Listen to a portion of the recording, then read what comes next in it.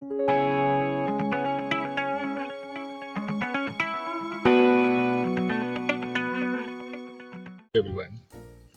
right now if you are following my videos from the last video, you already have basic and important knowledge on Python before you can start to our core tutorial. That is testing with Selenium using Python. So first thing first, you need to download the Selenium web driver. If you are using Chrome, you need to download Chrome driver if you want to use Chrome. And this is the website for Selenium, selenium.dev, and you click on download. And this is our libraries for using Selenium with several programming language. So we're using Python, but we will use Pyte to install the library. But you need to get the browser driver. This is the driver for Selenium. So you can click on any of the link to download your preferred browser for testing. So we are using Chrome driver. I'm using Chrome. So we click on this link and then download the browser version of your Chrome driver. So check your version. Setting. Wow. This is my version. But I don't want to update yet. So click on this version and then download any of the driver you want. So I'm using Windows, so I will download this driver.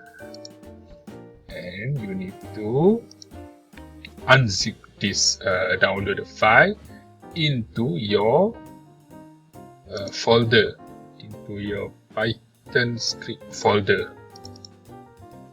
So for example, this is my folder, so I need to unzip the file into this folder. And then we head to our VS Code and we need to install Selenium. Click install if capital Selenium. Because I already installed, so it's already satisfied. And the other library, important library for testing is pytest. Install pytest.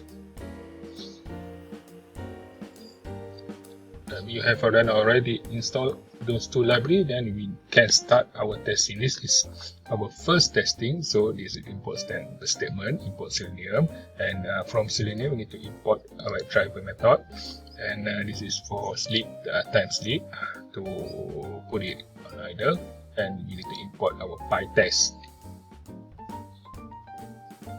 So what we will go deeper and further about pytest and testing on the upcoming video, but for now I want to demonstrate how to do testing. So in pytest, you want to use pytest, you will identify method with test underscore or your method name underscore test, and also the file name need to be prefix of test underscore and your file name. So there are two ways to use pytest. Either you type pytest and you find any Python script with test prefix. If you don't have the test prefix in your file name, then you need to so this one is you need to identify your file name. But because I use test in my file name, so I don't have to identify. You will find all the test. First you will find the file name, test prefix, and then you find the method name. And the second way is to use lab testing in VS Code, and then we configure, because I already configured this testing. The difference, if you are using lab testing, you can just click on it, you will find where your testing are. So the same way with pytest, you will find the file name with test prefix and the method name. Then you just click on run test. Then we run the test and give you the result.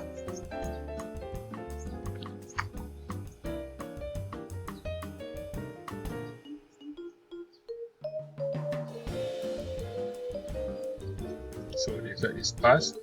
So what is I am testing is I am testing for the title to be equal to this string, and this is initialization of the WebDriver, and we are using Chrome. If you have Firefox, you can use the Firefox class, Firefox method, and then this is the syntax to instruct Python to open this web page. And then this is our test, and this is the method. This is the way that we can get the title and put it into a variable. So this is a property of my page. My page is our web driver. So we load the web page and get all the DOM element into this object.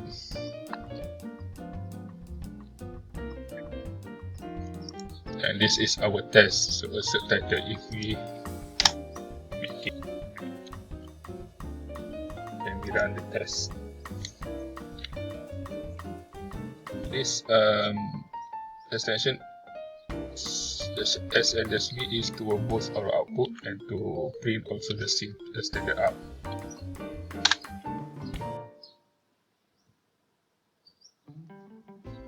So this is the get command to open the web page, and then you will take the title. So because I didn't save, you need to save your file. So I run this again.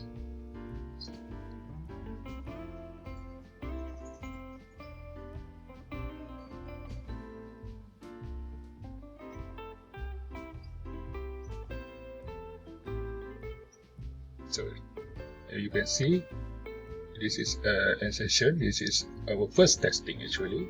So we can see that the test is failed because we expect the title is short link without K, but the title is short link with K.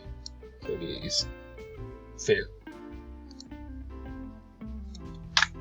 So just make it pass again.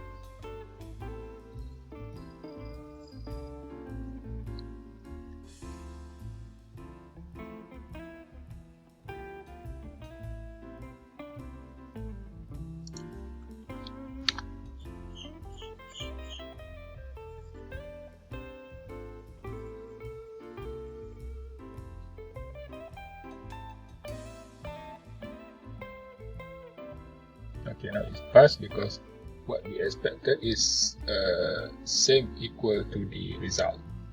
So we will go deeper and further on this one by one, from opening the web page and getting the element, finding the element, expand and everything on the next video. That's all from me today. See you on the next video.